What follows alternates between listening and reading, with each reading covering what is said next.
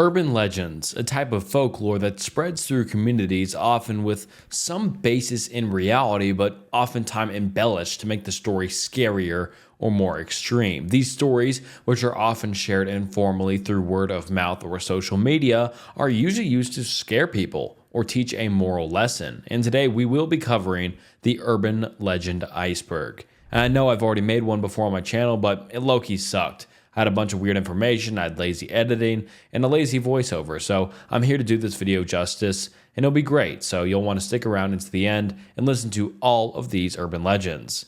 And before we get into it, please subscribe to the channel and like the video. It is the channel's goal to hit 500,000 subscribers, so please subscribe and join the community. But alright, without further ado, welcome to the urban legend Iceberg. Tier 1. Gray Alien. The Gray Alien is one of the most famous and enduring figures in modern UFO lore. Typically described as small with a thin, humanoid body, large head, and big black almond-shaped eyes, Greys have become the archetypal image of extraterrestrials in popular culture. Their skin is often depicted as gray, hence the name, and they are usually hairless, with no visible ears or nose, adding to their otherworldly and just weird appearance. The origin of the Gray Alien legend can be traced back to the early 20th century, but it gained widespread popularity in the 1960s and the 1970s. This period saw a surge in reported UFO sightings and abduction claims, with many of these experiences involving Greys. One of the most notable early reports was the 1961 abduction case of Betty and Barney Hill. The Hills claimed that they were taken aboard a UFO and examined by beings matching the description of Greys. This story captured public imagination and set the template for future abduction narratives. The Greys are often depicted as highly intelligent beings with advanced technology capable of telepathic communication. They are frequently associated with secretive government conspiracies, suggesting that they are conducting experiments on humans, often involving hybridization programs or genetic research. Some theories believe that the Greys are either from another planet, a parallel dimension, or even time travelers from the future. The Greys are also thought to lack emotions, which also contributes to their eerie and unsettling nature and their interactions with humans. Over the years, the Gray Alien legend has been fueled by numerous alleged encounters, witness testimonies, and stories of covert government cover-ups. This has led to a wide range of theories and speculations about their true intentions and origins. Area 51. Area 51 is a highly classified U.S. Air Force facility located in the Nevada desert, about 83 miles northwest of Las Vegas, officially called Groom Lake or Homey Airport. This remote base has become synonymous with UFO sightings, government secrecy, and alien conspiracy theories. The facility was established in the 1950s primarily as a testing ground for advanced aircraft, including the U-2 spy plane and the SR-71 Blackbird. Due to its remote location and restricted airspace, Area 51 provided an ideal site for the development and testing of classified military technology. The mystery surrounding Area 51 began in earnest during the 1980s when rumors started to circulate about recovered alien spacecraft being stored and studied at the base. These rumors were fueled by whistleblowers such as Bob Lazar, who claimed in 1989 that he had worked on extraterrestrial technology at a secret site near Area 51, known as S4. Lazar's testimony included detailed descriptions of flying saucers and alien propulsion systems, capturing the public's imagination and solidifying Area 51's place in UFO folklore.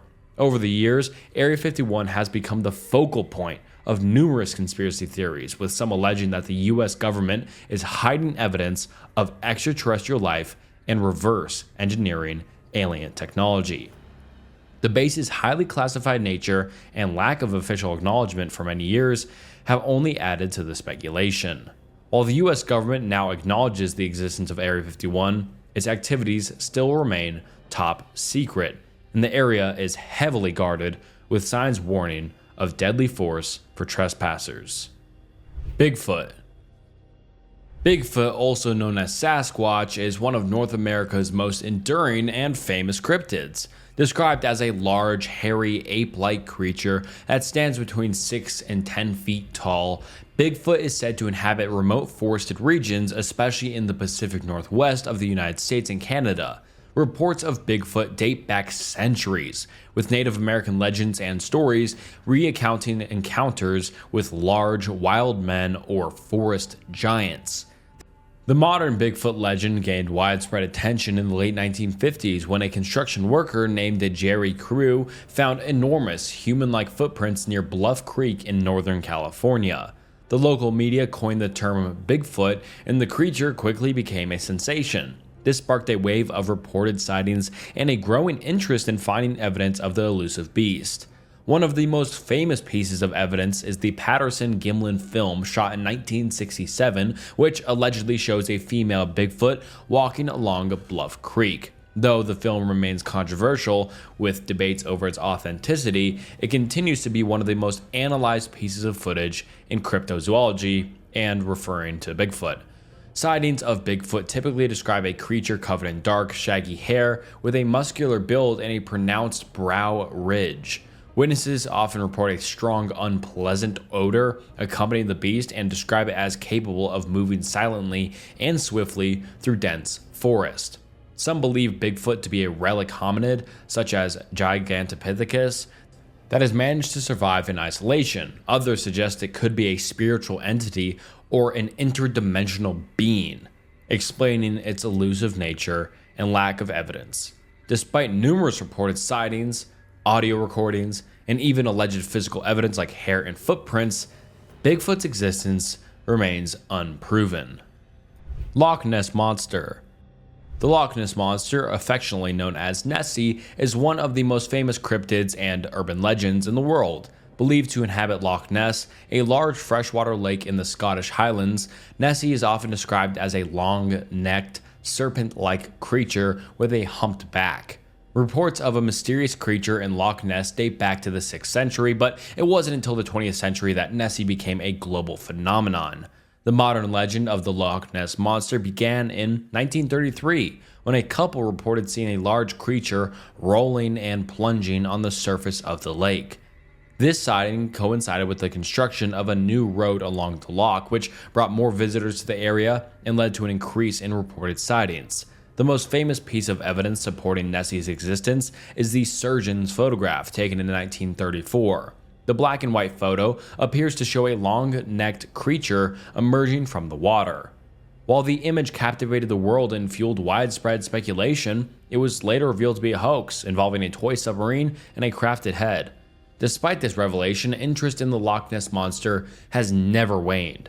Over the decades, numerous expeditions and investigations have been launched to find Nessie, employing everything from sonar scans to underwater cameras.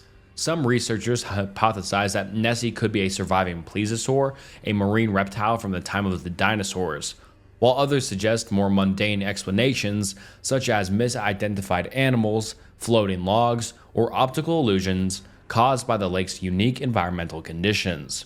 While mainstream science largely dismisses the Loch Ness Monster as a myth or a case of mass misidentification, Nessie remains a beloved figure in Scottish folklore and a major draw for tourists from around the world.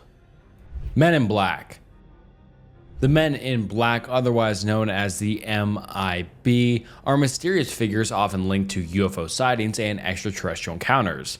Typically described as wearing black suits, sunglasses, and behaving in peculiar, almost robotic manner, the MIB are said to appear unexpectedly, often in pairs or small groups. They allegedly visit witnesses of UFO phenomena, threatening them into silence about what they have seen. The MIB phenomenon has become an integral part of UFO lore and conspiracy theories, with stories of their appearances spanning decades. The legend of the Men in Black first emerged in the 1950s, a period marked by a surge in UFO sightings and interest in extraterrestrials. One of the earliest reports came from Harold Dahl, who claimed to have been approached by a man in a black suit after he witnessed mysterious flying objects over Maury Island in Washington in 1947. The man allegedly warned him to forget what he had seen or suffer dire consequences. This and similar encounters began to circulate in UFO circles, building the foundation of the MIB myth. Over time, the Men in Black have transcended their original contexts and entered popular culture, most notably through the Men in Black film franchise, which portrays them as a secret government agency tasked with regulating extraterrestrial activity on Earth. Bloody Mary. The legend of Bloody Mary is a chilling urban tale that has terrified people for generations. The story revolves around a ghostly apparition that is said to appear when her name is chanted multiple times into a mirror, usually in a dark room illuminated by candlelight. The number of times varies, with the most common being 3 or 13 repetitions. According to the legend, after the final chant, the face of Bloody Mary will appear in the mirror, sometimes screaming, bleeding, or even reaching out to grab those who summoned her. The origins of the Bloody Mary legend are murky, with several theories about who she might be. Some suggest she is based on Mary of England, known as Bloody Mary for her persecution of Protestants. Others think she could be Mary Worth, a woman accused of witchcraft and executed during the witch trials, or a young woman who died in a tragic accident such as a car crash or a fire, often involving mirrors or reflective surfaces. The ritual to summon Bloody Mary often serves as a test of courage at sleepovers, camps, or during Halloween. The story varies, but it usually begins with a group of children daring each other to go into the bathroom with the lights off, stand in front of a mirror, and chant Bloody Mary the required number of times. The result is said to be terrifying. Some say she will appear in a mirror covered in blood, while others claim she'll reach out and scratch the summoner's face, pull them into the mirror, or curse them. Psychologists suggest that the Bloody Mary phenomenon can be explained by the power of suggestion combined with the human brain's tendency to hallucinate in low light conditions. Staring into a dimly lit mirror can actually cause the mind to create distorted images, which, when combined with the fear and anticipation of the ritual, could make it seem like Bloody Mary has appeared. Candyman. The Candyman urban legend is a scary story that has captivated and frightened people since its inception. The tale centers around a vengeful spirit known as Candyman, who is said to appear when his name is called 5 times in front of a mirror. The ritual, similar to the Bloody Mary legend, requires the person to summon Candyman by reciting his name repeatedly. According to the legend, if done correctly, Candyman will materialize, often with fatal consequences. The origin of the Candyman legend is linked to various historical and cultural narratives. One of the most popular versions of the story ties Candyman to a tale of a young black man who was brutally murdered in the late 19th or early 20th centuries. In some versions, he was a talented artist or a successful businessman who fell victim to a racist mob. In others, he was an innocent man wrongfully accused of a crime. The common theme is the Candyman was killed in a brutal and unjust manner, leading to his spirit seeking revenge. Candyman is often depicted as a ghostly figure with a hook for a hand, which is a central part of his menacing and scary appearance. He is said to have a terrifying presence, with bees often associated with him, either swarming around him or emerging from his body. This association with bees is derived from various elements of the legend, including the gruesome method of his death and the fact that his spirit is believed to be linked to the insects. The legend of Candyman gained mainstream recognition and cultural impact with the release of the 1992 horror film Candyman, directed by Bernard Rose and written by Clive Barker. The film, which expanded on the urban legend, features a character named Daniel Robertail, who is believed to be the Candyman. Tier 2. The Vanishing Hitchhiker. The Vanishing Hitchhiker is a classic urban legend that has been told and retold in various forms around the world. The story typically revolves around a driver who picks up a hitchhiker, usually a young woman, who mysteriously disappears from the vehicle before reaching her destination. The legend is often told with a tragic twist, where the driver later rediscovers that the hitchhiker was a ghost or had died in a tragic accident. In the most common version of the tale, a driver encounters a young woman hitchhiking on a deserted road or a foggy evening. She's usually dressed in clothing that seems out of place for the current time or weather. The driver offers her a ride, and she accepts, giving a specific address or destination. Throughout the ride, the hitchhiker may engage in light conversation, expressing gratitude and sharing details about her life or her plans. When the driver reaches the address, the hitchhiker suddenly vanishes from the car. The driver is often confused or alarmed by her disappearance. In some versions, the driver finds out that the hitchhiker's family or home has been grieving her loss for some time, revealing that she was a ghostly apparition who needed a ride one last time. The Babysitter. A young couple living in a large, isolated house had gone out to dinner party one evening and left the babysitter in charge of their 2 children. The children had been put to bed, and the babysitter was watching the television when the phone rang.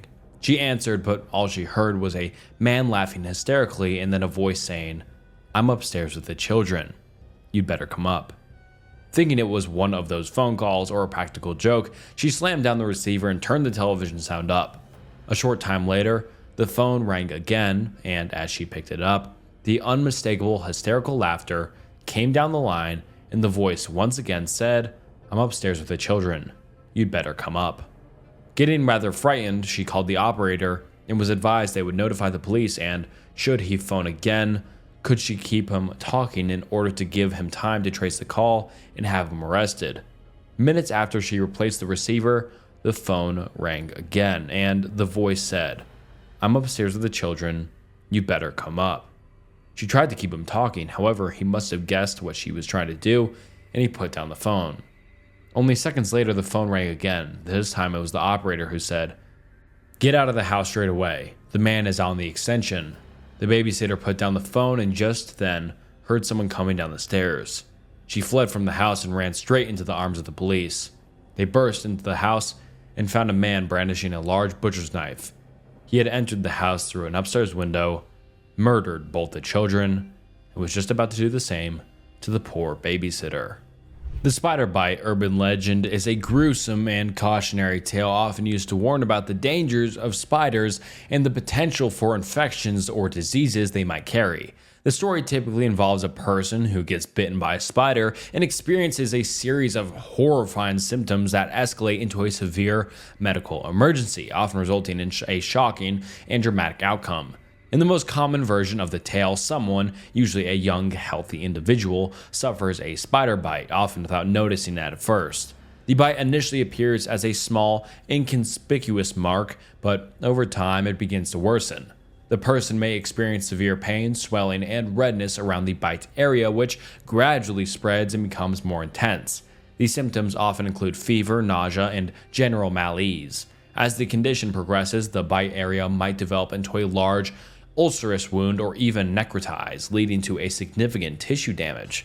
In some versions of the legend, the wound becomes so severe that it exposes the underlying muscles or bones, pretty nasty, causing the person to seek urgent medical attention.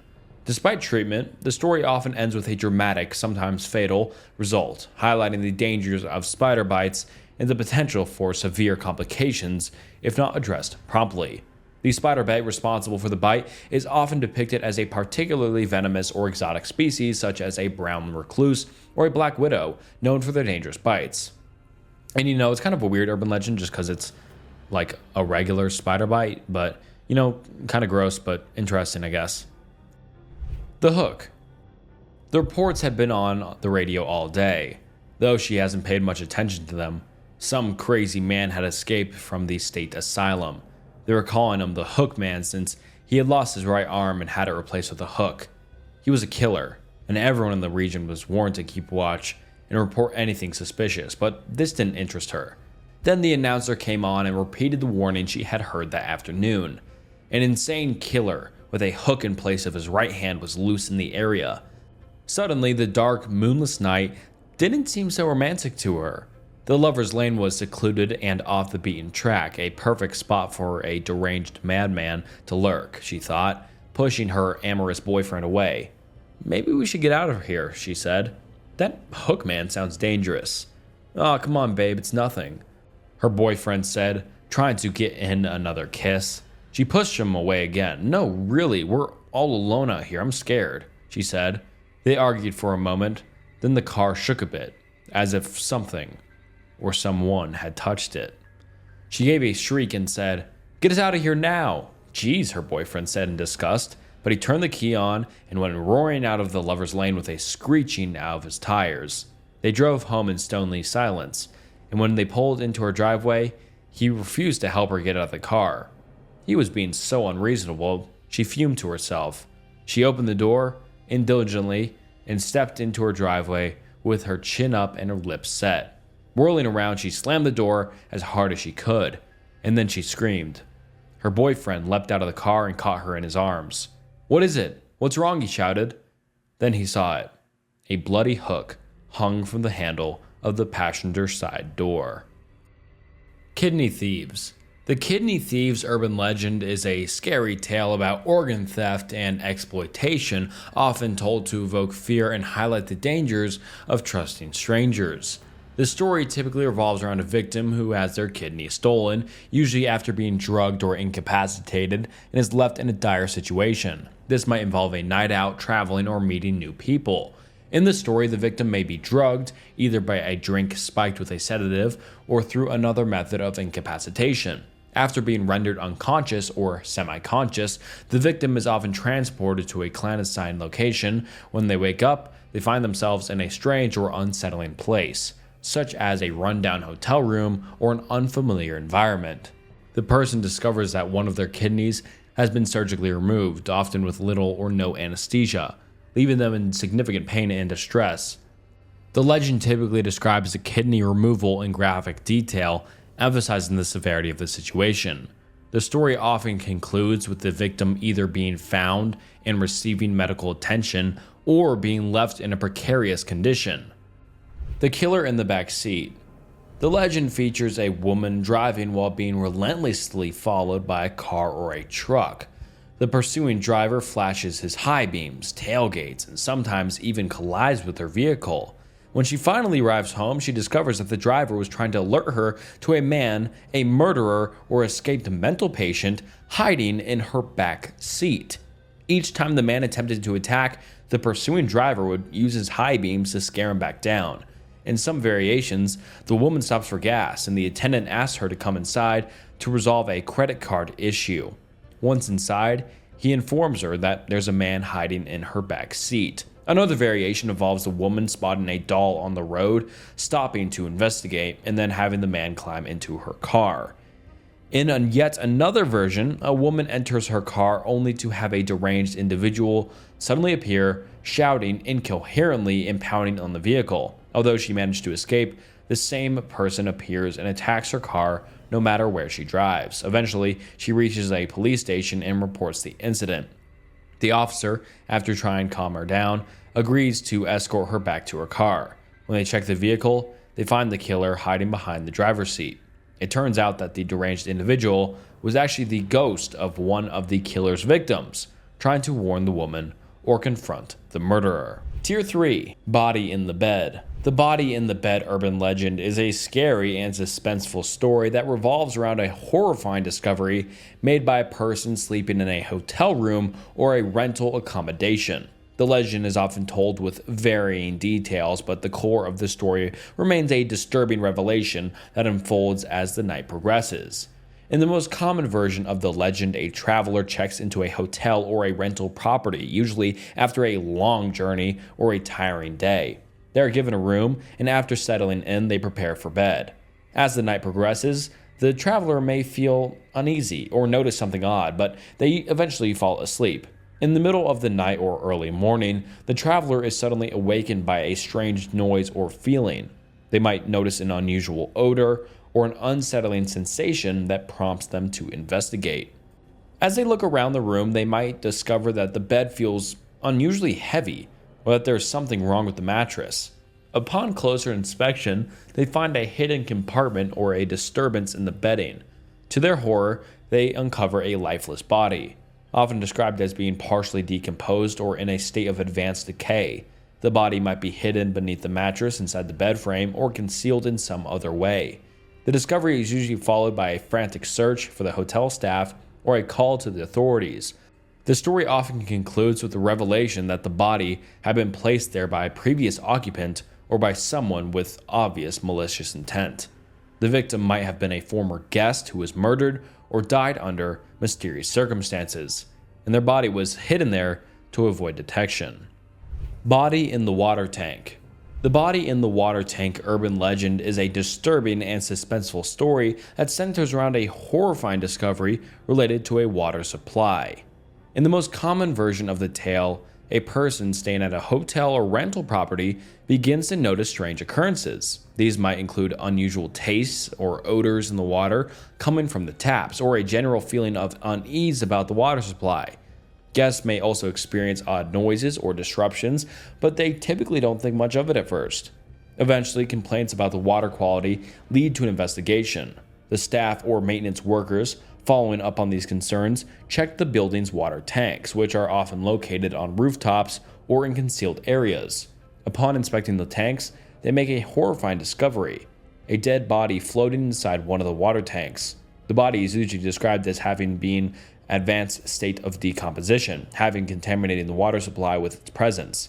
The story sometimes includes additional details, such as the victim having been a previous guest or resident who disappeared under mysterious circumstances. The body in the water tank legend gained notable attention due to a real-life incident in 2013 involving the mysterious death of Elisa Lam. Lam was a Canadian student who was found deceased in a water tank on a roof on the Cecil Hotel in Los Angeles. The case drew significant media attention, partially due to an eerie footage of Lam acting strangely in an elevator shortly before her death, and it echoed many elements of the urban legend. The legend highlights fears of contamination and the sinister possibilities that could be hidden in everyday places. Killer Cop. The Killer Cop urban legend is a terrifying story about a dangerous encounter with a law enforcement officer that takes a shocking turn. This legend often plays on fears of authority and trust, portraying a scenario where a supposed police officer turns out to be a sinister figure with malicious intentions.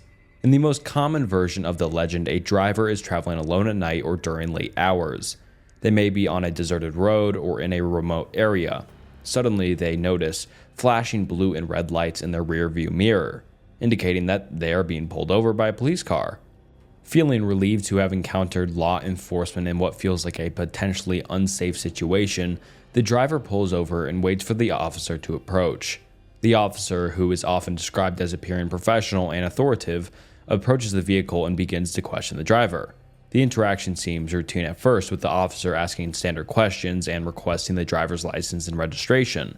However, as the conversation progresses, the driver may start to feel uneasy about the officer's behavior or notice something strange about the situation. In some versions of the legend, the officer informs the driver that they have a warrant for their arrest or that there are other serious charges, but the reasons are vague or unsettling. The driver might be asked to exit the vehicle or follow the officer to another location. As the driver becomes increasingly uncomfortable or suspicious, they may try to find a way to escape or call for help. The twist in the story usually occurs when the driver manages to leave or contact authorities. It is revealed that the so-called police officer was not a legitimate law enforcement official, but rather a criminal posing as one. In some variations, the officer was intending to abduct or harm the driver, or as part of a larger scheme to lure victims. The real police or authorities, upon investigating the incident, find that the impersonator has been involved in other crimes or had a history of similar offenses. Halloween hanging. The Halloween hanging urban legend is a chilling story that involves a gruesome and unexpected discovery related to Halloween decorations. The story typically revolves around a prank or a setup gone terribly wrong, leading to a horrifying outcome. This legend often plays on fears of the idea that something sinister could be hidden behind seemingly innocent festivities. In the most common version of this tale and urban legend, a person or family is celebrating Halloween by decorating their home with spooky or eerie decorations. As part of their decorations, they might hang fake ghosts, skeletons, or other ghastly figures from trees, porches, or other visible spots. The decorations are meant to create a spooky atmosphere for trick-or-treaters and passerbyers. However, the legend takes a dark turn when a real, gruesome discovery is made. In one version of the story, someone notices that one of the decorations seems unusually lifelike or has an odd appearance. Upon closer inspection, they realize with horror that the hanging figure is not a decoration at all, but a real person who has been murdered or has committed S-word. Cropsy. The Cropsy urban legend is a chilling tale rooted in fears of an elusive and malevolent figure who preys on children. This legend has been told in various forms across different regions, often featuring a terrifying figure with a dark past. The story typically involves themes of abduction, mental illness, and the unknown. In the most common version of the Cropsey legend, Cropsey is depicted as a deranged or vengeful individual who lives on the outskirts of society, often in an isolated location. He's usually described as a man with a frightening appearance, such as a disheveled or monstrous visage. It is known for his tendency to abduct children. The name Cropsey itself is often associated with a mythical or notorious figure in local folklore. The legend suggests that Cropsey stalks the area around his home, waiting for the opportunity to snatch unsuspecting children. The story may include details about his methods or luring children or of his hideout, which is often portrayed as a grim or just, scary place. I mean, this guy's abducting kids, so yeah, it's gonna be scary. Parents and local residents might use the tale of Cropsey to scare children into behaving or staying away from dangerous areas. In some versions of the story, Cropsey is connected to real-life fears or events. For example, in the 1980s, Cropsey became associated with the real-life case of Andre Rand, a convicted child abductor and murderer who was active in Staten Island, New York. Rand was rumored to be inspired by or connected to the Cropsey legend, leading to a blending of the actual fictional and the factual. The connection between Rand and the Cropsey legend was further explored in the 2009 documentary Cropsey, which examined the chilling overlaps between the myth and the real crimes. Corpse in the Chimney. The Corpse in the Chimney urban legend is a tale that revolves around a horrifying discovery hidden within a chimney or fireplace. In the most common version of the legend, a family or an individual moves into a new home or begins renovating an old one. Everything seems normal until they notice an unusual odor or an odd sensation related to the fireplace or chimney. The smell might be faint at first, but it grows increasingly noticeable, prompting them to investigate. Upon inspecting the chimney or fireplace, they discover a shocking and gruesome sight: a decomposed body or a corpse hidden inside of the chimney. The body might have been concealed in the chimney for an extended period, leading to significant decomposition and a horrific stench and sight. The circumstances surrounding the body vary. It might be the result of a murder, an accident, or a person who got trapped and died.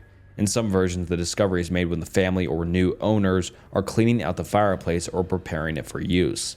The body might be found lodged in the chimney, having been concealed there by someone with malevolent intent or through a series of unfortunate events. Alright, now on to Tier 4, Goatman. The Goatman is a cryptid and urban legend that features a creature combining elements of human and goat characteristics given his name. This mythic being is often described as having the body of a human with the head and legs of a goat, or alternatively, the goat-like creature with human features. The legend of the Goatman is prevalent in various parts of the United States, with different regions offering their own versions of the tale. Although in the most common versions of the Goatman legend, the creature is said to inhabit rural or wooded areas, often near bodies of water or old abandoned structures. Descriptions of the Goatman vary, but it is typically portrayed as a tall, muscular figure with a goat's head, horns, and hooves, or as a creature with a goat's feature but standing upright like a human.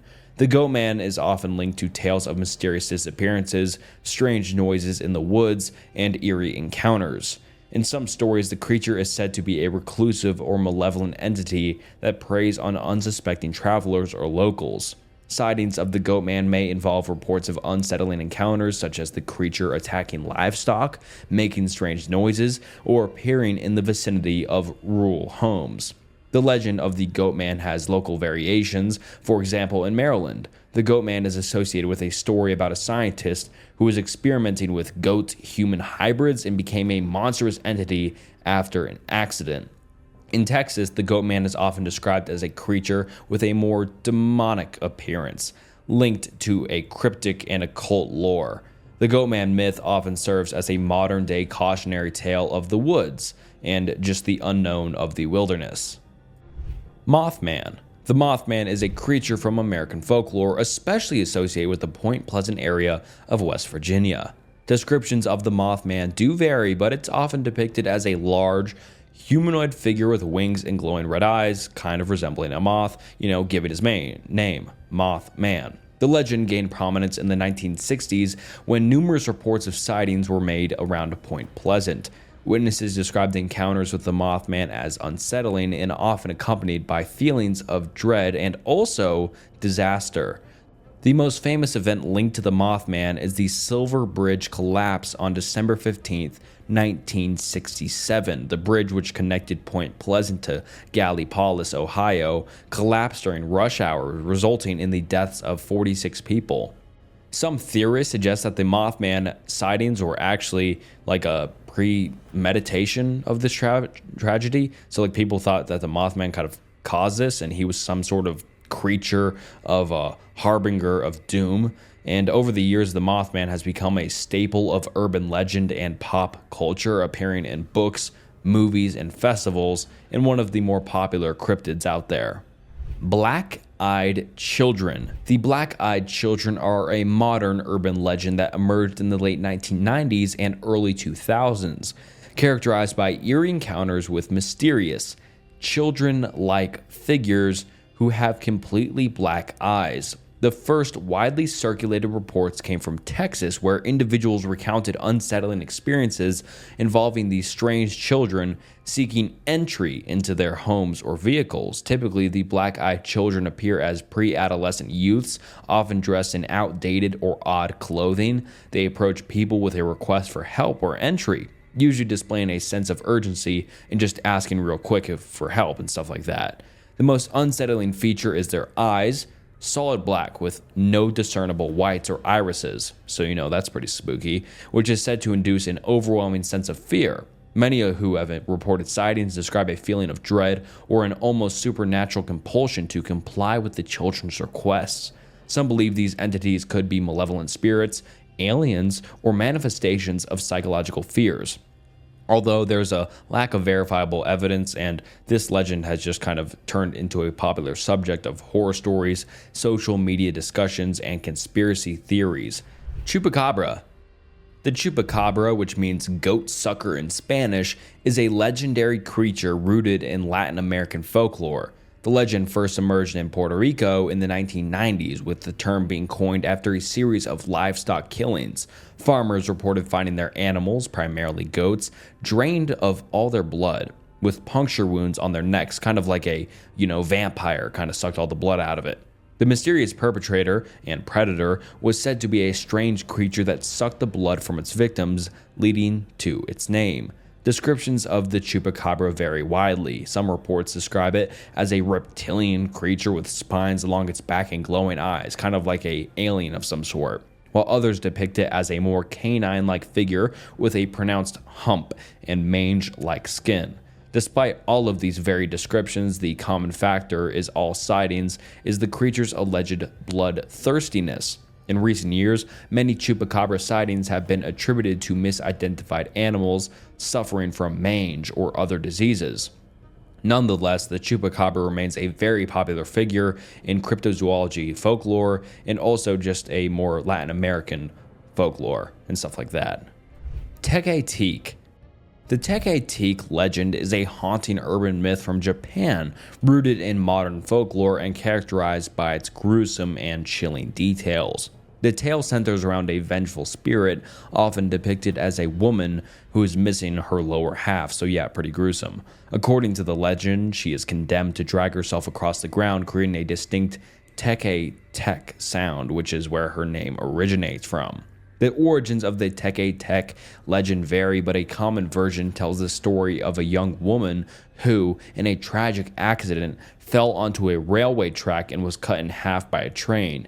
In the aftermath, her severed body was discovered, and her spirit, now tormented and vengeful, began to haunt the living. She is said to appear to those who wandered near railway tracks or in dark, isolated areas, near railways. Encounters with the tek are said to be terrifying. The spirit is rumored to chase after people, using her arms to move rapidly and silently, and she is known for her ability to cut her victims in half, mirroring her own tragical fate. To avoid her wrath, it is advised to stay away from railways and dark, secluded places where she might lurk. The Slit-Mouthed Woman. The legend commences with a stunning woman who is married to a samurai, but beware, looks can be deceiving. She was very vain and one day went as far as cheating on her samurai husband. When he found out about the affair, he grew very enraged and slit her mouth from ear to ear, giving her a Glasgow smile, which is a smile caused by wounds cutting from ear to ear. Following this savage action, he asked, "Who will think you're pretty now?" Although the original tale is a cautionary one to remind people to stay faithful, the story takes a gruesome turn. In 2007, a coroner found records of similar shocking cases during the time of day and the story takes place, the nighttime. The records showed that many children had died at night, rumoring sightings of a woman with similar features were at the time and place of their deaths, giving a frightful realistic twist to the legend.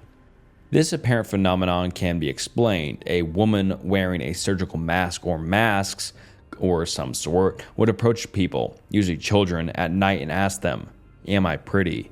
If they said no, she would slash their face with a pair of scissors, giving them a similar smile. However, if they said yes, she would reveal her face and ask again.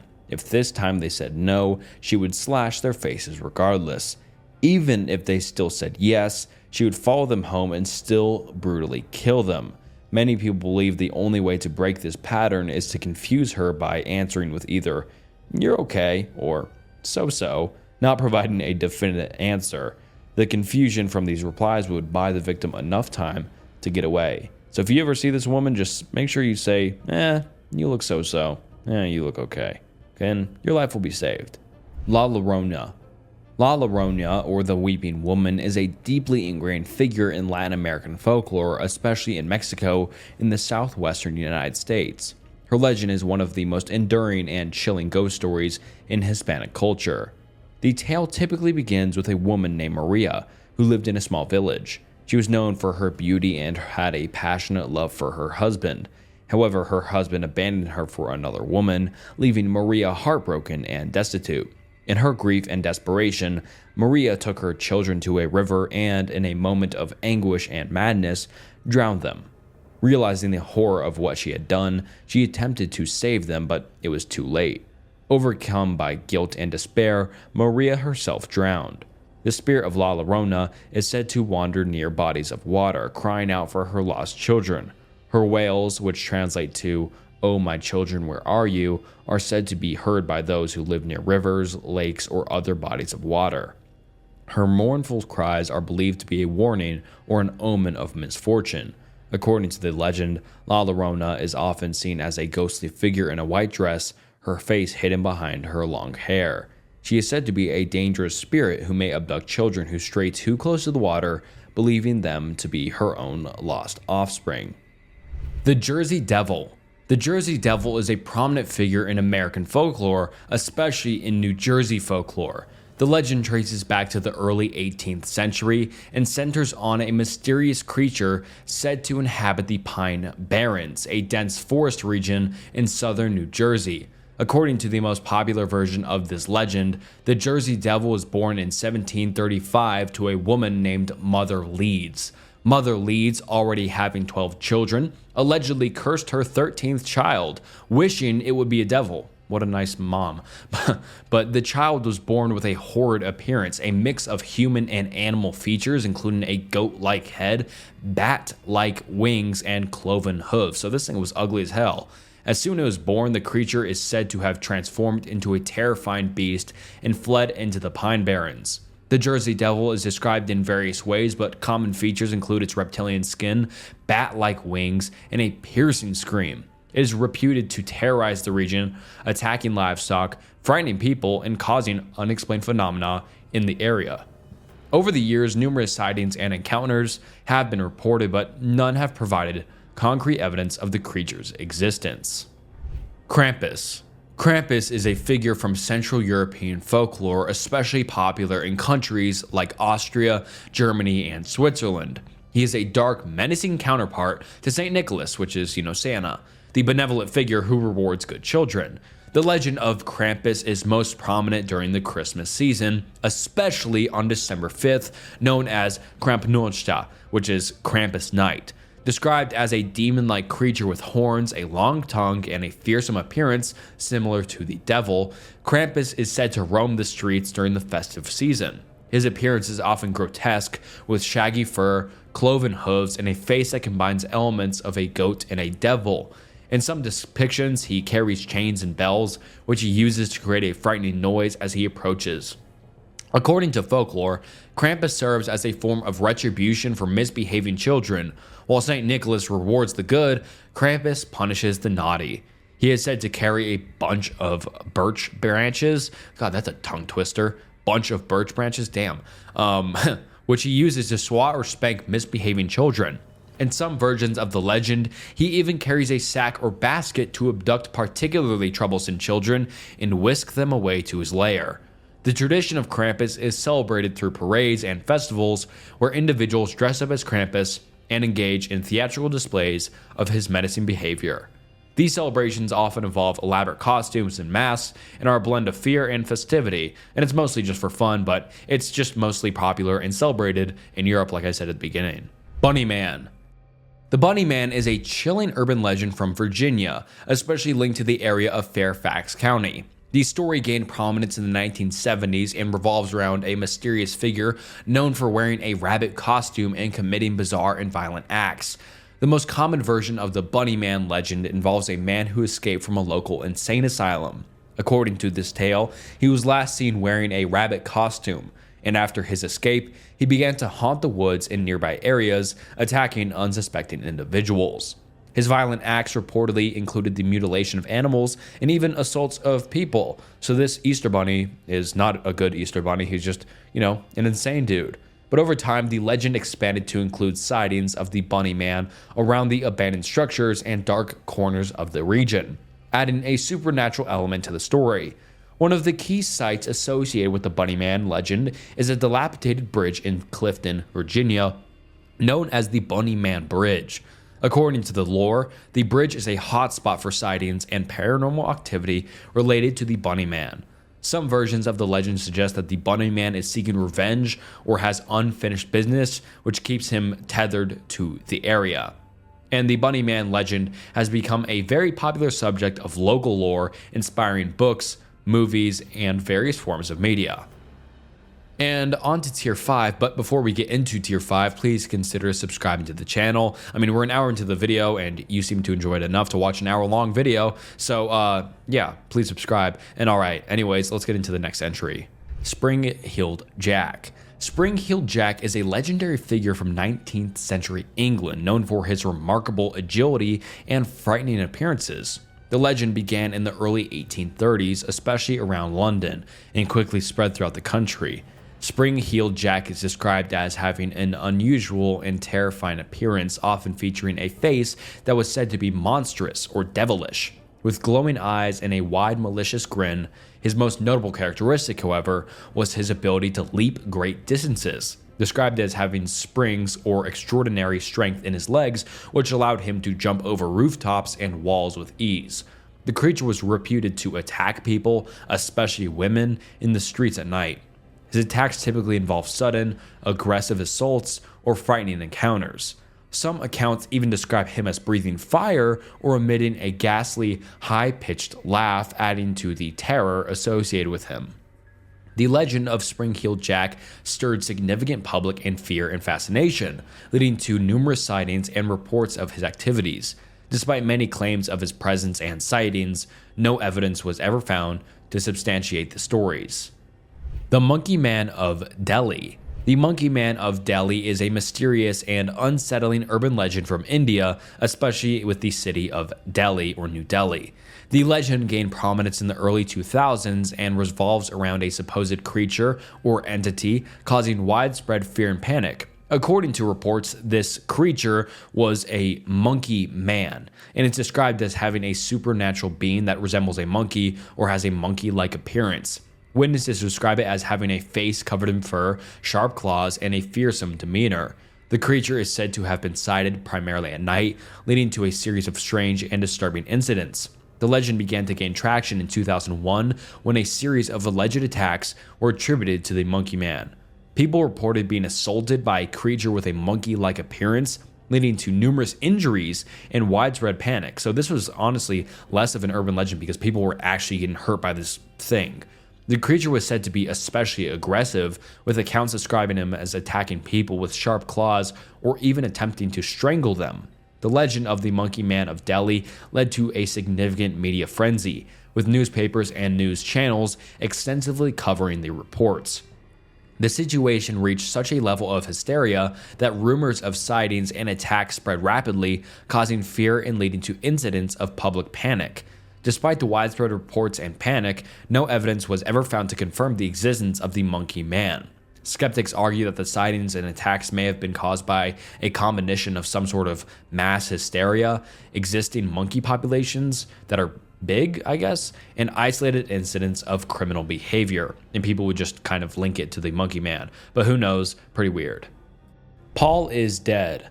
Paul is dead is a famous urban legend and conspiracy theory suggesting that Paul McCartney of the Beatles died in a car crash in 1967 and was secretly replaced by a McCartney lookalike. The theory emerged in the late 1960s and gained widespread popularity, driven by the supposed discovery of clues in Beatles music and album artwork. The rumor began circulated in 1967 but became more widely known after reports resurfaced in 1969. According to the legend, McCartney's death was covered up by the remaining Beatles and the record company to avoid public distress. The theory posits that clues about McCartney's supposed death were embedded in Beatles songs and album covers. For instance, fans claim that the Revolution 9 from the White Album contained a hidden message when played backwards, and that the cover of Sgt. Pepper's Lonely Hearts Club Band features symbols suggesting McCartney's death. One of the most famous pieces of, quote, evidence is the idea that McCartney appears barefoot on the cover of the Abbey Road album, which some interpret as a reference to a funeral procession where the deceased is traditionally shown barefoot.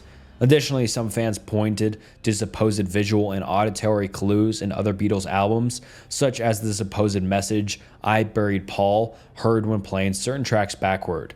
Paul McCartney himself has publicly denied the rumor multiple times, and it has been widely debunked as an elaborate hoax, but what do you think? Do you think Paul McCartney's dead, or what do you think? Futakuchi An. The Futakuchi An is a chilling figure from Japanese folklore known as the two-mouthed woman. This mythological creature is characterized by a disturbing and supernatural feature, a second mouth on the top of her head, hidden beneath her hair. The legend is especially notable for its eerie and just grotesque nature. According to the tale, the Futakuchi An appears as a normal woman at first glance, but she has a second, hidden mouth that emerges from her scalp. This second mouth is said to be ravenous and insatiable, demanding food and devouring anything it can find. The mouth often has sharp teeth and a grotesque, gaping appearance, creating a disturbing contrast with the woman's otherwise ordinary appearance. The origin of the Futakuchi An is tied to stories of women who, due to extreme poverty or other misfortunes, become cursed or transformed into this entity. In some versions of the legend, the woman's insatiable appetite and the presence of the second mouth are the result of a curse. In other tales, the second mouth is a manifestation of a deep-seated greed. The Futakuchi An is often depicted as a cautionary tale, warning of the consequences of being selfish or the dangers of not respecting supernatural forces. The Girl in the Gap is a disturbing urban legend that centers on a spine-chilling encounter involving an unsettling figure. The legend typically begins with a story about a young woman who encounters a strange and unsettling sight when in a confined space, such as between two buildings or in a narrow gap. According to the tale, the girl is seen peering out from the gap, often described as a small, dark, and seemingly unreachable place. Her appearance is usually unsettling with hollow eyes or a ghostly visage, creating an intense sense of fear. The gap might be in a place where one would least expect to find anybody, such as a narrow alley or a space between two fences. The legend often involves the girl trying to get someone's help or attention, and there is something deeply unnerving. Some versions of the story suggest that the girl may be a spirit, while others portray her as an eerie figure with a sinister intent. The encounter with the girl in the gap is typically portrayed as highly disturbing, often leading to a frightening revelation or a sense of doom. The story plays on themes of isolation, the unknown, and the fear of encountering something both inexplicable and malevolent in an unexpected place. Pretty weird urban legend. The Red Room. The cursed internet pop-up features a red window with Japanese text asking, "Do you like?" and an eerie, deep voice that reads the question aloud. This pop-up cannot be closed no matter what actions are taken to dismiss it. Each click of the mouse or keystroke makes the situation worse, with more letters appearing until the message reads, "Do you like the Red Room?" The computer screen then turns black, displaying a list of names of previous victims of the Red Room. Suddenly, the victim feels an unsettling presence in the room and is slowly driven to commit S-word by supernatural forces. The walls are eventually stained with their own blood. Survivors are often driven mad and end up in mental institutions or prisons. And despite the frightening nature of the story, it is generally believed that the pop-up is merely an adware prank and the curse is not real, although who knows, maybe there is a pop-up, so be careful. Tier 6. Walking Sam. Walking Sam is a haunting urban legend and modern folklore associated with the state of Nebraska, especially in the Pine Ridge Indian Reservation. The legend revolves around a mysterious, malevolent figure that is said to bring about self-harm and S-word among those who encounter it. The story of Walking Sam began to gain attention in the early 2010s when reports surfaced about a figure that seemed to be linked to a series of tragic S-words among Native American youth in the region. According to the legend, Walking Sam is an ominous entity that appears as a shadowy figure or a tall, dark man who roams the area, especially at night. The figure is said to have a chilling, supernatural presence that preys on the vulnerable and mentally distressed. Witnesses of Walking Sam often describe a sense of intense dread and despair upon seeing him. The legend suggests that the entity somehow influences or compels individuals to contemplate and commit S-word. This influence is said to manifest as a series of unsettling thoughts or visions that lead to self-harm. The legend of Walking Sam has been linked to efforts to address and combat the mental health crisis and high S-word rates within the Native American community. It serves as a modern folklore story and a reflection of real issues affecting the community. While the exact origins of the Walking Sam legend are unclear and there is no evidence to support the existence of such a figure, the story still highlights deep-seated fears and the impact on folklore and real-world issues. The Midnight Jogger. A hot summer's day in Los Angeles, California. It'll be getting dark soon. It's 7 p.m. And every night I take a jog to get stuff off my mind, but this time I might take a late night jog. I could tell tonight was going to be a good night. I fell asleep. By then it was around 11 at night. It looks like I'll be going on my jog soon. I got ready with my exercise clothes on, ready to go running. It was now 11:40 and I thought I might as well go jogging. I went out the door and took off jogging. I was jogging all around downtown having a good time when all of a sudden I got a massive headache. I don't know what it was, but I just ignored it and kept jogging. Moments later, I got another massively painful headache, but this time it made me fall to the ground in pain. I saw a water fountain and drank from it, and the headache mysteriously went away. I said to myself, it's time to go home, but the only way home was through this dark trail, either that or go around it, in which would be an hour walk. I decided to just take the trail. I started running down the trail and eventually got tired and walked, but then I heard heavy breathing behind me, and so I turned around and saw a man staring at me. He had a yellow flat mask with a smiley face painted on it. Black. He then took a step forward and I said, "Hey man, back away." He then made a grunting noise and ran at me. I then started running as fast as I could. As I was running, I tripped and fell. The man got closer and he leaped and landed on my arm, and he pulled out a switchblade and repeatedly stabbed my arm. I pushed him off and I got up and ran as fast as I could. I heard him yelling and running after me. Eventually, I got away and I saw my house, so I ran to it and went inside. I was in shock of what I found in my house. There were satanic pentagrams with smiley faces everywhere.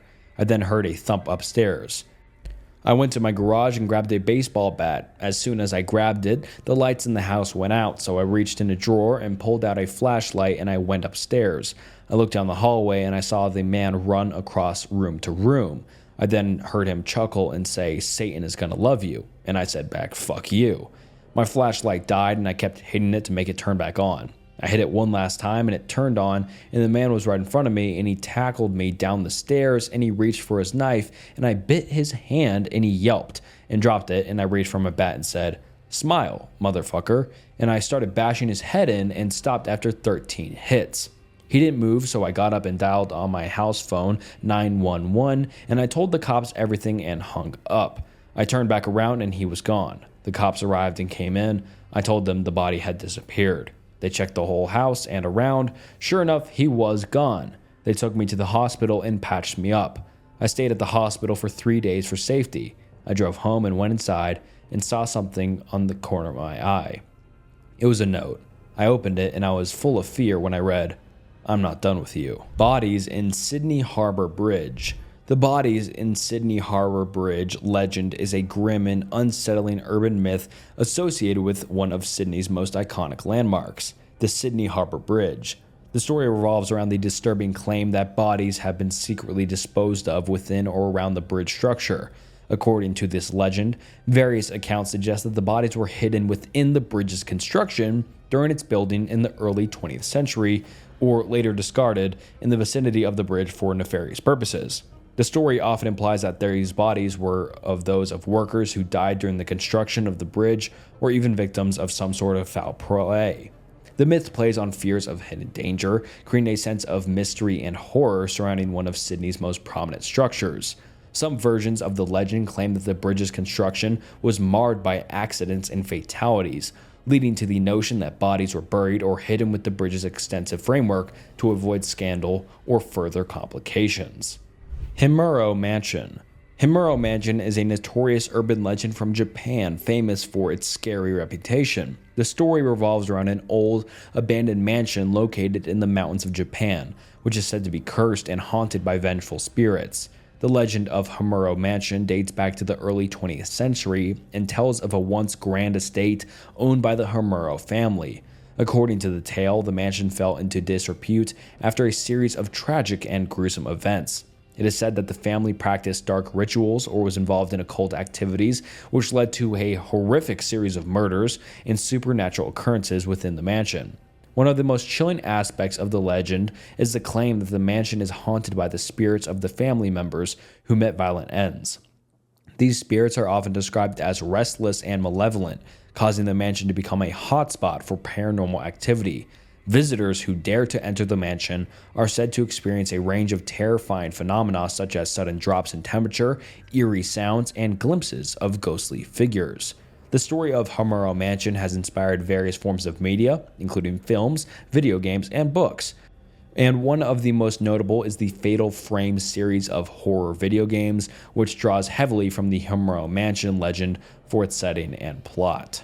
The Montauk Project. The Montauk Project is an urban legend and conspiracy theory that alleges secret government experiments took place at Camp Hero, a decommissioned military base located in Montauk, New York. The legend combines elements of science fiction, mind control, and time travel. According to the theory, the Montauk Project was a continuation of the alleged Philadelphia experiments, which supposedly involved experiments with invisibility and teleportation in the 1940s. Proponents of the Montauk Project claim that in the 1970s and 80s, the U.S. government conducted experiments in mind control, time travel, and other paranormal activities at Camp Hero, using unknown advanced technology and psychological techniques. The legend often features tales of bizarre and horrifying experiments, including attempts to manipulate the human mind, create time portals, and even communicate with extraterrestrial beings like aliens. Some stories suggest that subjects were subjected to extreme psychological stress, leading to traumatic and lasting effects. The theory gained traction through various books and media, notably the Montauk Project, Experiments in Time by Preston B. Nichols and Peter Moon, which detailed alleged experiences and accounts from those involved. The narrative also appeared in popular culture, influencing works like the hit TV series Stranger Things, which features a similar storyline of government experiments and supernatural occurrences. Although despite the compelling nature of the Montauk Project story, there is no evidence to support the claims of secret experiments or government cover-ups, although it's probably likely it happened. The Night Marchers. The Night Marchers are a chilling urban legend of Hawaiian folklore, representing the spirits of ancient Hawaiian warriors who are said to roam the islands at night. These figures are often associated with specific locations and are believed to appear in a traditional ceremonial procession accompanied by ghostly sounds and eerie phenomena.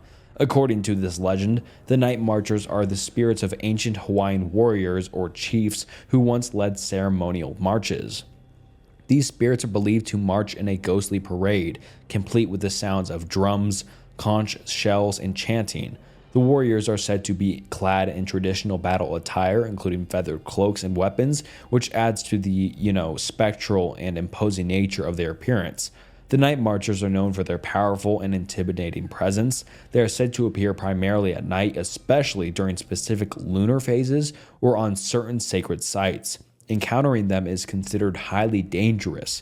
Those who witness the marchers are advised to show respect and avoid crossing their paths. It is believed that those who do not follow the proper protocols or who are disrespectful may suffer dire consequences, such as misfortune or even death. One common piece of advice for those who might encounter the night marchers is to lie flat on the ground and avoid making any sudden movements or noises. Tier 7. No Face. The No Face urban legend is an eerie tale that centers on a mysterious figure with no facial features, given his name No Face. This unsettling entity is often described as appearing as a faceless, featureless being, creating a sense of deep horror. According to the legend, No Face is a shadowy figure who appears in various situations, often in isolated places. The most common versions of the story depict No Face as an entity that lacks any discernible facial features. No eyes, no mouth, no nose. This absence of facial features just shows how scary he is and just scary to come across. The legend typically involves accounts of people encountering No Face in unsettling circumstances. Some stories describe sightings of the entity in deserted areas such as abandoned buildings, forests, or secluded streets. Those who encounter No Face are often report feelings of a profound sense of dread and unease, and the figure's appearance is associated with an aura of malevolence. In many versions of the story, No Face is connected to supernatural events or occurrences. It might be portrayed as a vengeful spirit or an otherworldly entity that seeks out individuals for unknown reasons. Encounters with No Face often lead to disturbing or traumatic experiences, such as nightmares or inexplicable phenomena. Kaisaragi Station. Kaisaragi Station is a haunting urban legend from Japan. The legend gained prominence on the internet in the late 2000s and is often cited as an example of modern horror. The story begins with a tale about a young woman who is traveling alone late at night. She boards a train and is headed to her destination when she finds herself at a seemingly abandoned and strange train station called Kaisaragi Station. According to the legend, the station is not listed on any official maps, and its appearance is unsettlingly unfamiliar. The woman is described as noticing that the station is deserted, with no signs of any sort of life or activity. The station itself is described as being in a dilapidated or unusual state, with a very eerie atmosphere.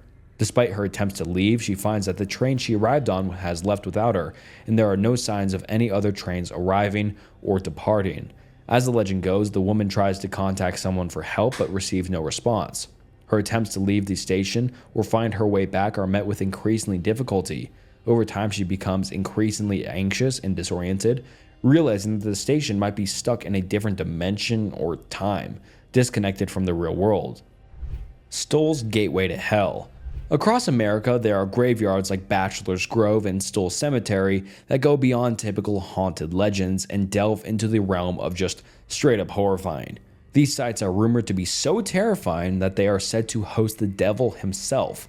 Stoll Cemetery in Kansas, for example, is even considered by some to be one of the gateways to hell. But how true are these claims? Stoll Cemetery and the adjacent abandoned church are located in the small, nearly forgotten town of Stoll, Kansas. Though the town now comprises only a few houses and about 20 residents, it is reputed to house entities from beyond this world. The cemetery atop Emmanuel Hill has long been associated with witchcraft, ghosts, and other supernatural phenomena. Legends suggest it is one of the 7 gateways to hell, and the lore around Stoll began circulated over a century ago.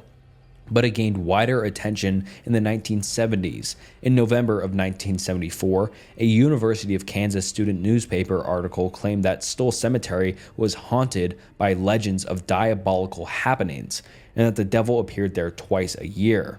This article claimed that many students learned of these tales from their grandparents and recounted personal encounters with inexplicable phenomena, such as being grabbed by unseen forces or experiencing memory loss while at the location.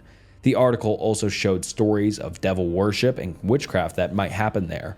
Residents of Stoll, however, have consistently denied the existence of any sort of supernatural occurrences and expressed frustration with the rumors. The local pastor dismissed these stories as fabrications, although despite this, the legend has persisted, with reports of crowds gathering at the cemetery on significant nights like the spring equinox and Halloween, hoping to witness the devil. On March 20th, 1978, over 150 people waited in vain for a supernatural event only to find that the only spirits were alcoholic beverages. The stories continued to evolve, with new tales of witches, ghosts, and even a demonic child being added to the lore. For example, some legends claim that the town was originally called Skull, changed to Stoll to hide its dark past. In reality, the town was known as Deer Creek Community until it was renamed Stoll in 1899 after the postmaster, Sylvester Stoll. In 1980, further rumors spread, claiming that the devil appeared in Stoll in a desolate location in India on a Halloween to gather the spirits of those who died violently. These stories included bizarre details such as the church that never experiences rain despite lacking a roof. The legend reached a peak when, in 1989, Halloween crowds caused significant damage to the cemetery, prompting police intervention. And despite local efforts to curb vandalism, including the installation of a security fence, the myths still endured. Some argue that the cemetery's mystique was further fueled by reports of the Pope allegedly diverting his plane to avoid flying over unholy ground, though the story is unverified and really interesting though. But in 2002, the old church was mysteriously demolished, adding another chapter to this legend. While local authorities and property owners have taken measures to protect the site, the legend of Stoll Cemetery remains strong. The Well to Hell. The Well to Hell is an eerie urban legend that originates from Russia and has gained international notoriety through various retellings and media. The legend centers around a deep abandoned well purported to be a direct gateway to hell. According to the tale, a team of Soviet scientists in the 1980s, during the Cold War, undertook a drilling project in Siberia to reach the Earth's mantle. They drilled a borehole that, by all accounts, was unprecedented in depths. After reaching a remarkable depth, they allegedly recorded disturbing sounds coming from the well, which they described as the screams of tormented souls. These sounds were supposedly picked up by specialized equipment designed to capture seismic and acoustic activity. The story takes a darker turn when the scientists, driven by curiosity and horror, reportedly lowered a microphone into the well to capture the sounds more clearly. They recorded audio supposedly included agonized screams and other unsettling noises, which were interpreted as evidence of hell's existence. The tale suggests that the scientists, overwhelmed by the experience, were driven mad or disappeared under mysterious circumstances. Satoru-kun. The Satoru-kun urban legend originates from Japan and is a chilling tale that has captivated audiences with its eerie nature. According to this legend, Satoru-kun was a young boy who lived in a small town in Japan, although one day he disappeared without a trace, leaving his family and friends frantic. As time passed, a mysterious figure began appearing in the town, often at night, with a face obscured by a hood or a mask. This figure would approach people, often asking them seemingly innocent questions or making strange, cryptic statements. Those who encountered him felt a sense of dread and unease, as if they were being watched or followed. The most disturbing part of the legend is that those who had close encounters with Satoru-kun's apparition would often experience a series of unfortunate events or unexplained phenomena shortly after. The legend has persisted through word of mouth and online forums, where it is often shared as a cautionary tale or a spooky story to tell around campfires. The Rat King.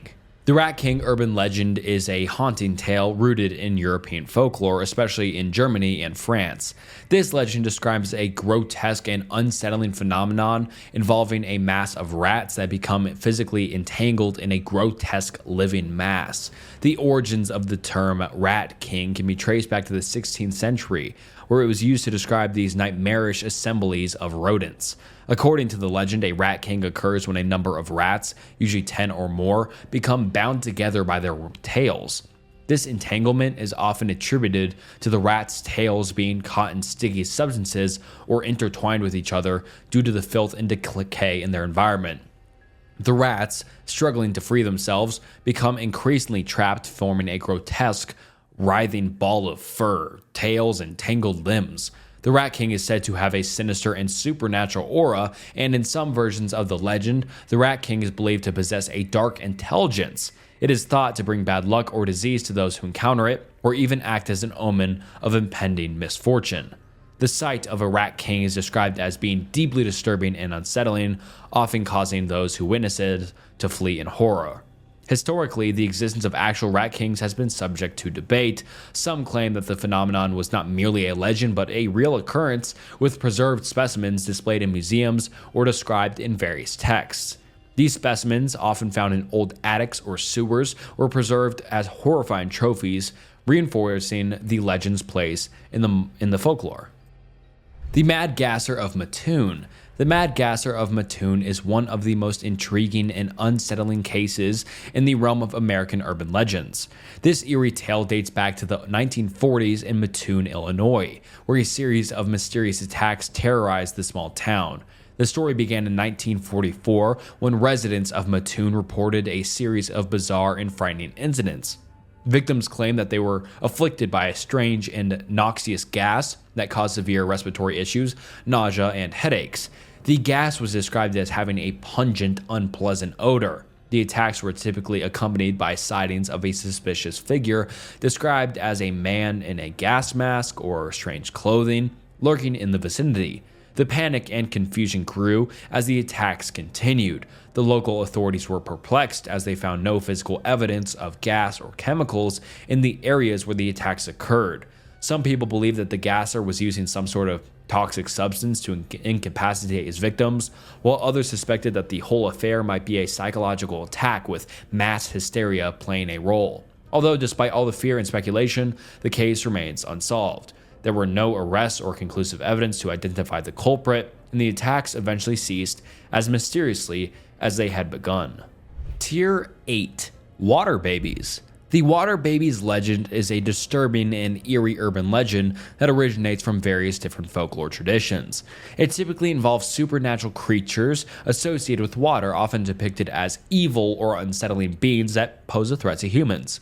In the most common version of the legend, water babies are said to be sinister entities that inhabit bodies of water such as lakes, rivers, or swamps. These creatures are often described as resembling deformed or malformed infants with a grotesque and unnerving appearance. So, they look like babies, but they're really creepy babies. Their names come from their association with water and their unsettling baby-like features, water babies. The legend suggests that water babies are dangerous and will lure unsuspecting people, especially children, towards the water and, lead to their death. They may use a combination of eerie cries, whispers, or other tactics to attack their victims and get them into the water. And once close enough, they are said to drag the victims into the water, where they will either drown or become permanently trapped in the watery depths. In some variations of the legend, water babies are thought to be the spirits of lost or abandoned children who died in or near the water. Their restless souls are believed to be trapped in a form of eternal torment, seeking revenge or simply trying to fulfill their need for companionship by drowning others into their domain. Boo Hags. Boo Hags are malevolent entities from Gula folklore, which originates from the African American communities in the coastal regions of South Carolina and Georgia. These terrifying beings are part of a rich tradition of supernatural stories within Gula culture, reflecting the unique blend of African, Caribbean, and American influences. In Gula folklore, a Boo Hag is a type of witch or evil spirit known for its sinister ability to drain the life force from its victims. Boo Hags are typically described as having a ghastly appearance, often depicted as emaciated with tattered, ghostly skin. And their most terrifying feature is their ability to remove their own skin, revealing a grotesque skeletal appearance beneath it. And the Boo Hags are said to operate primarily at night. And according to the legend, and this is terrifying, Boo Hags enter a victim's home, and in a horrifying ritual, remove the victim's own skin and hang it up like clothing. Then they proceed to sit on their victim's chest or body, causing them to, stay there skinless and just, trapped on their bed, I guess. And it causes them to have nightmares or even physical ailments. And this action is believed to drain the victim's vitality and can lead to serious health issues or death. Obviously, you're missing your skin. But one of the most disturbing aspects of the Boo Hag lore is their purported ability to mimic human voices or sounds, luring people into a false sense of security. They are then said to use these tricks to deceive their victims, making their attacks even more terrifying and unpredictable. So definitely a spooky one. Black Volga. The Black Volga is a chilling urban legend that originated in Eastern Europe during the Cold War era, especially in Poland and the Soviet Union. According to this legend, a Black Volga, which is a luxurious and rare vehicle, was seen prowling the streets at night. This car was often described as having tinted windows, adding to its ominous reputation, and the legend told of the car's sinister occupants, mysterious figures who would kidnap children or young adults. There were claims that these abductions were part of a nefarious plot involving human sacrifice or organ harvesting. The car was often linked to various conspiracies, including secret police operations or criminal organizations.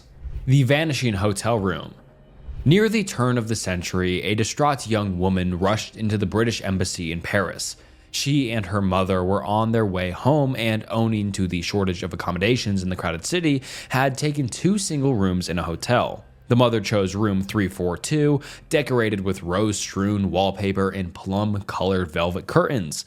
Then the older woman collapsed on the bed. The daughter summoned a house doctor. After examining the ill guest and talking excitedly in French with the hotel manager, the house doctor told the young woman that her mother was seriously ill and must have some medicine.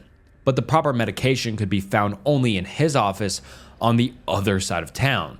The daughter would then have to go to him with his carriage to retrieve the medication. What should have been a simple errand consumed what seemed like hours. The driver kept the horses to an amble and seemed to steer it in circles, and the doctor took a very long time to find the medicine. Finally, the frustrated daughter arrives back at the hotel, only to discover that all queries about her mother were met with blank stares. "I know nothing of your mother," said the manager. "You arrived here alone." The doctor was similarly confused by the woman's questions. Frantic now, the younger woman examined the hotel register. Instead of her mother's familiar signature there, she saw a stranger's beside room 342. Insisting on looking at the room itself, she found no velvet curtain, no flowered wallpaper, no familiar baggage, only the luggage of strangers. Tier 9. 999 Phone Charging. The 999 phone charging urban legend is a modern digital era tale that's circulated online and among tech-savvy circles. According to this story, if someone's phone battery drops to exactly 1% and they dial 999, the emergency services number in the UK, the phone will somehow miraculously receive enough power to make a phone call and get help. The legend suggests that the phone's battery is somehow magically boosted by the emergency call, allowing the person to survive in dire situations where they might otherwise run out of power. And this one isn't that scary, to be honest. I don't know why it's this deep into the iceberg, but, I don't condone any of that, but because it's an emergency call. But if you need extra, a little bit of extra juice in your phone, then you'll be able to be saved by calling 999, but don't do it. I don't condone it. Don't do it at home. Don't try it, but it's an interesting thing to know, and it's an urban legend, so it might not even work, but I don't know. I'm yapping. On to the next one. Phantom Social Worker. The Phantom Social Worker is an unsettling urban legend that revolves around a mysterious social worker who appears in people's homes under suspicious circumstances. According to this legend, this phantom figure often poses as a legitimate social worker sent to check on the well-being of children or vulnerable adults. The story typically involves the phantom social worker arriving at a home unannounced, claiming to be sent by an official agency. They may ask intrusive questions or request access to private areas of the house, and in some versions of the legend, the social worker's true motive is sinister. They might be an imposter with harmful intentions such as kidnapping the child or theft. London's parakeets were bred by Jimi Hendrix. The urban legend that London's parakeets were bred by Jimi Hendrix is a fascinating blend of myth and reality. The story goes that Jimi Hendrix, the iconic guitarist, was responsible for the colorful parakeets that have become a familiar sight in London. According to the legend, Hendrix either deliberately released or accidentally let loose a group of parakeets during his time in the city, and they subsequently bred and flourished in the city. The truth behind this legend is more mundane. London's parakeets, specifically the ring-necked parakeet, are indeed an exotic species that has established a thriving population in the city. However, there's no evidence linking Jimi Hendrix to their introduction, but it's an interesting thing to, think about if you ever do see a parakeet in London. It could have started from Jimi Hendrix. KFC chicken is not actually chicken, and this urban legend is simple enough. People say that KFC's chicken is not actually chicken, and it's some sort of substitute, or it's, some sort of genetically grown thing. I don't have anything to substantiate these claims, but interesting. Baby train. The baby train is a disturbing urban legend that revolves around the horrifying story of an abandoned or derailed train found with numerous deceased babies on board. According to this legend, the train is discovered in a secluded area or just under weird circumstances, and the babies are often described as being found in a tragic state, most likely deceased, and the legend typically varies in details but often includes themes of negligence, horror, and tragedy, and it's just, a really weird urban legend because it's just like a train full of babies and they're all dead. I don't know. Really weird though. Tier 10, in the final tier, Ratman. No, not GTA. They say that when something awful happens, it can leave behind a trace. Energy burned into rock, to be replayed only for a few souls to witness. This is a story that has been passed on for years. You ask most people, they will tell you it happened in the underpass at the entrance to South Church Road. That is where it lives to this day. The legend has that two main variants, the commonality between them being the presence of a rat-like creature who appears in the pedestrian walkways at night. In the possible legends, the most commonly told story of the Ratman involves an old man who used the underpass to escape from the rain and the cold at nights. The story goes that he was old and barely able to walk, and one night a group of teenagers beat him half to death and stole his blanket, the only real source of warmth he had. Dying from his injuries and the biting cold of the night, he succumbed to hypothermia. His stiffening corpse nibbled and gnawed on by the numerous vermin who inhabited the area. Soon after, locals reported odd noises, namely high-pitched squealing and the sounds of nails dragging along walls. Whether evidence of a real ghost or an overactive imagination, the fact remains that this story and subsequent noises led to locals dubbing the creature the Ratman of Southend. The other main version of this story is far more fanciful and seems to have emerged through schoolyard folklore, a tale passed between children to frighten and unnerve their classmates. In this version of the Ratman story, the Ratman is no longer a ghost, but actually a real creature. The story goes that the mayor of the town was a known adulterer and was eventually cursed for his infidelity in the form of a grotesque child, a baby with the elongated snout and worm-like tail of a rat. The child grew and developed a taste for flesh. Seeking a solution to his problems, the mayor had the underpass constructed with a concealed entrance to a chamber, within which his monstrous offspring might hide, only to emerge at night to indulge in its hunger. The gay roommate. The gay roommate urban legend is just an old tale of actual just homophobia, and in the story, a university student feels unwell for about a week and visits a doctor for help and just asking why he feels so unwell.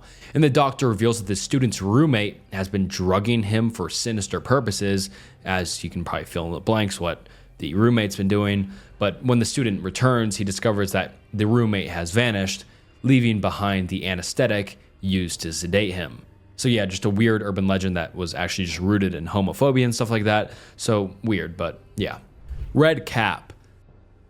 The Red Cap urban legend is a chilling tale from British folklore, especially associated with the broader regions of England and Scotland. This eerie story revolves around a malevolent spirit, or evil spirit, or creature known as the Red Cap. named for the distinctive red cap or cap it wears. According to the legend, the red cap is a vengeful goblin or demon that haunts ancient ruins, especially old castles and battlefields. This creature is said to have a grotesque demonic appearance with sharp iron-like teeth and a bloodthirsty disposition.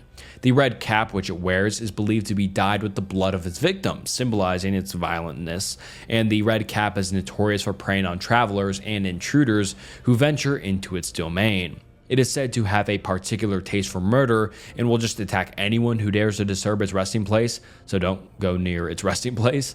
But the creature's methods are gruesome. It is known to use a large, heavy weapon such as a club or a scythe to dispatch and kill its victims. Once the deed is done, it supposedly dips its cap in the victim's blood, ensuring the cap always remains a vivid red. The London Monster. The London Monster is a notorious figure from late 18th century London, shrouded in a mix of historical facts and urban legends. The story centers around a series of attacks that took place between 1790 and 1791, where a mysterious individual dubbed the London Monster targeted women in the streets of London. The attacks were characterized by the assailant using a blade or a sharp object to cut or slash at the victim's clothing or skin. Reports of these assaults created widespread fear and panic among Londoners. The London Monster was infamous for targeting women from different social backgrounds, which contributed to the pervasive anxiety across various segments of society. Witnesses described the attacker as a tall man with a dark coat and a mask, which added to the aura of mystery surrounding him. The fear was compounded by the fact that the attacks were random, with no clear pattern or motive, making it very difficult for the authorities to predict or prevent further incidents. The case drew significant media attention, and actual numerous suspects were questioned. And in 1791, a man named John Williams was arrested and put on trial.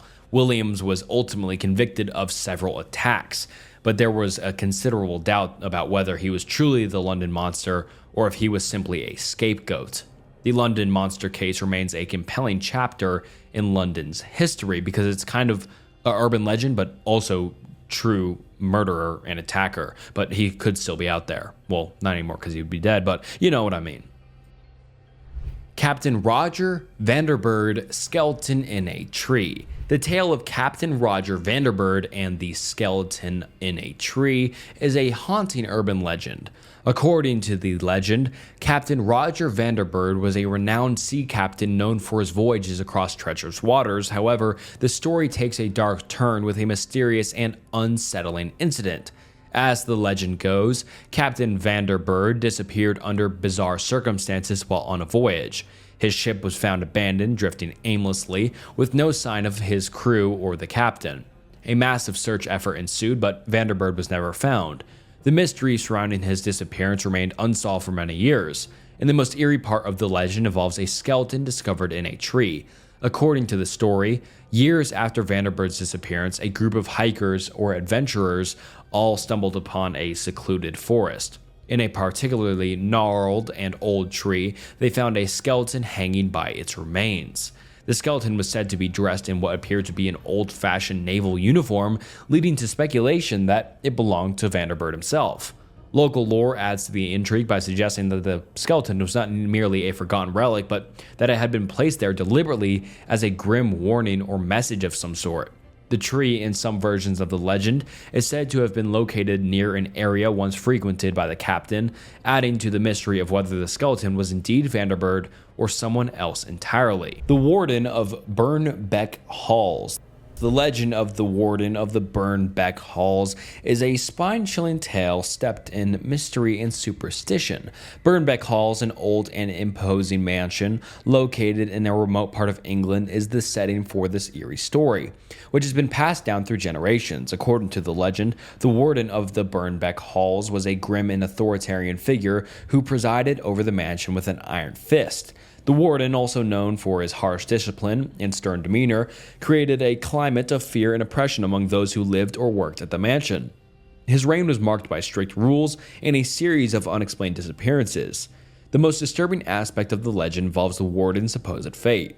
It is said that after a particularly brutal punishment, the warden mysteriously vanished from Burnback Halls. His disappearance was shrouded in secrecy, and the mansion fell into disrepair, and once feared warden became the stuff of local folklore. In the years that followed, stories began to circulate about strange occurrences at Burnback Hall. Visitors and locals reported hearing eerie noises such as footsteps echoing through empty corridors and ghostly whispers. Some claimed to have seen a shadowy figure resembling the warden roaming in the grounds, still enforcing his rules from beyond the grave. The actual Cowhead story. The Cowhead story, also known as Gozu, is a Japanese urban legend reputed to be one of the scariest and most dangerous horror tales ever written. So hopefully this lives up to the hype. This unsettling legend dates back to the 17th century. Though its true origins remain shrouded in mystery, the tale begins with an eerie setting, a small, isolated village suffering from severe famine. As the villagers exhaust all their food sources, including their livestock and pets, their desperation drives them to a horrific measure. Amidst this backdrop of starvation and despair, a mysterious figure appears. A creature with the head of a cow and the body of a man, known as Gozu. The villagers, driven mad by hunger, violently attack and kill this figure, then proceed to eat him. This gruesome act curses the village, bringing him about a series of supernatural horrors. The tale suggests that the village is now doomed, and the appearance of Gozu serves as a harbinger of the infernal retribution that follows. The Cowhead story is reputed to be so terrifying that it was considered fatal to hear or read it in its entirety. So, it's not a good idea for me to read this, or else I guess we're all dying. But according to this legend, anyone who came into possession of the full story experienced severe terror, often leading to death from shock or panic. So this is a hell of an urban legend. As a result, existing copies of the tale were destroyed, and only fragmented versions have survived. One infamous incident involves an elementary school teacher who, during a class trip, attempted to tell the story. And as he began recounting the tale, the students all became overwhelmingly frightened, and their reaction was so intense that they fainted, and the bus they were on crashed. The teacher, who was never seen telling the story again, was believed to have been overtaken by some malevolent force as he told the tale. Despite its infamy, the complete story of Cowhead remains elusive, with only partial summaries available. The narrative of Gozu, whether as a gatekeeper of hell or a symbol of cursed retribution, continues to haunt those intrigued by its terrifying reputation. And a 2003 film titled Gozu does exist, though it is not a direct adaptation of the urban legend, but rather just an artistic work inspired by the legend. And alright guys, that wraps up the urban legend Iceberg Explained. I hope you guys enjoyed this video. I haven't done Iceberg in a long time. Well, my F1 video, but that was kind of an off topic for me. This is more on topic for a Snook channel. And I just hope you guys love this video. I might just have a long outro because, I don't know, why not? This is recorded the day I hit 250K, so thank you all so much for subscribing, and it really does mean the world. So thank you all for watching, and especially onto a long video like this. I mean, this video is almost 2 hours long, and I'm sure a few of you have stuck around for this entire thing, so thank you so much for watching all the way to the end. And I have a lot of big things planned for the channel, a lot of secondary channels that I might start with other creators. It'll all be super exciting. I can't talk that much about it, but thank you so much for watching to the end. I'm really yapping now, but yeah, thank you again. Please subscribe and like the channel, or just like the video. And yeah, anyways, thank you again for watching all the way to the end. And until next time, see ya.